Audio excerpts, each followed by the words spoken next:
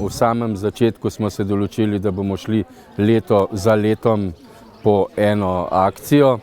Nikakor si nismo nekako predstavljali, da jih bomo ponavljali iz leta v leto.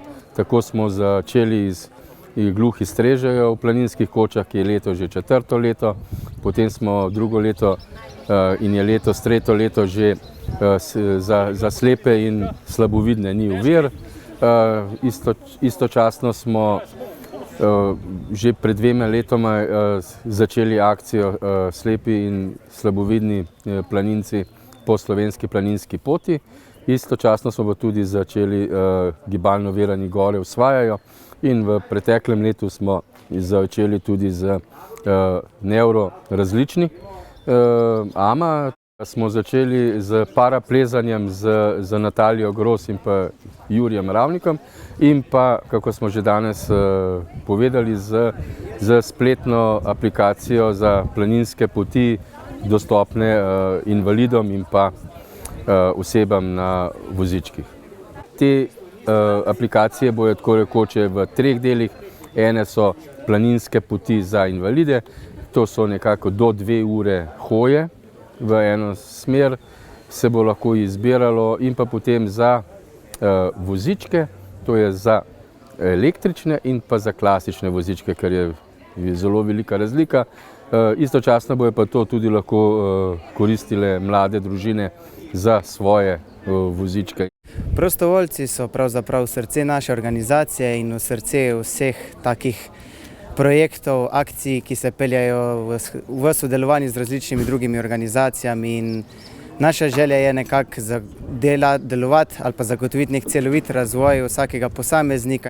Če samo pogledamo klasični voziček, mora nekdo potiskati, eden vleči, ki se gre iz hriba navzdol, je eden, tako rekoč tisti, ki je prej vlekel, zdaj vzadaj, zopet vleče, ampak nazaj, da ne pridobi prevelike hitrosti, da je treba slepemu podati roko ali ramo, da je potrebno avtistom, motnjam v duševnem razvoju in tem 3-4, da jih nekdo malo nadzira. Zdaj v naši organizaciji smo ugotovili, da biti prostovoljci je v resnici težko, ampak vse tisto dobro, ki ga dobiš nazaj, z vsako uro, z vsakim korakom, ki ga narediš, je v bistvu tisto, kar šteje. Tako da smo veseli, da smo priča tudi tem projektu, da sodelujemo skupaj s taborniki. V letošnjem letu načrtujejo 10 pohodov za gibalno ovirane. Prvi bo potekal 29. maja na Mirno goro v Beli krajini. Še ena od uspešnih akcij Odbora Planinstvo za invalide OPP, ki bo potekala letos, je Gluhi strežejo v planinskih kočah.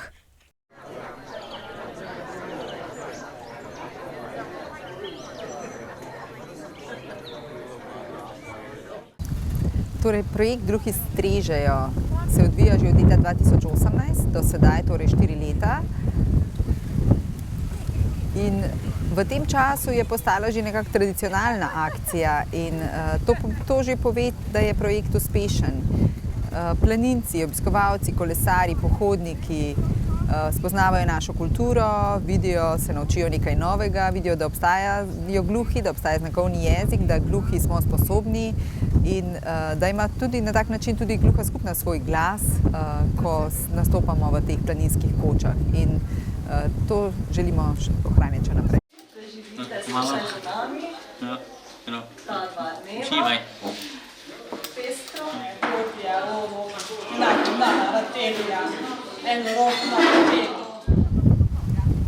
Na akciji se pojavljajo zelo različni primeri. Recimo prišla je ena družina, ena ženska, mati, naglušna, ki se je prvič srečala z gluho skupnostjo, in to je bilo zelo nekako čustveno, da je spoznala svojo skupnost in se delno spoznala tudi znakovnim jezikom. Ravno tako tudi otroci so imeli izgovorno napako in so videli, ali so bili tudi naglušni in so videli da obstaja znakovni jezik. Tako da nekateri se naučijo samo na kratko, mogoče pivo, kava z mlekom. To so tiste pogoste kretnje, ki se jih najhitreje naučijo in tako mi je zelo všeč.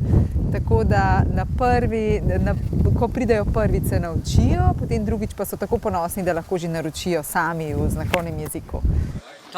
Zadnji čaj.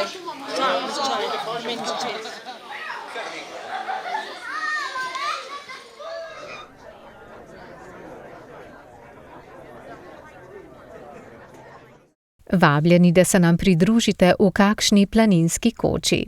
Prvič bodo gluhi stregli 3. junija v planinskem domu na Uštah. 12. in 13. junija v koči na planini Razor, 16. junija v koči na planini nad Vrhniko, 17. in 18. julija v Lavričevi koči na Gradišču, 16. septembra na Šmarni gori, 18. septembra v planinskem domu pri Krnskih jezerih, zaključna akcija pa bo 9. oktobra v Rudijevi koči na Donački gori.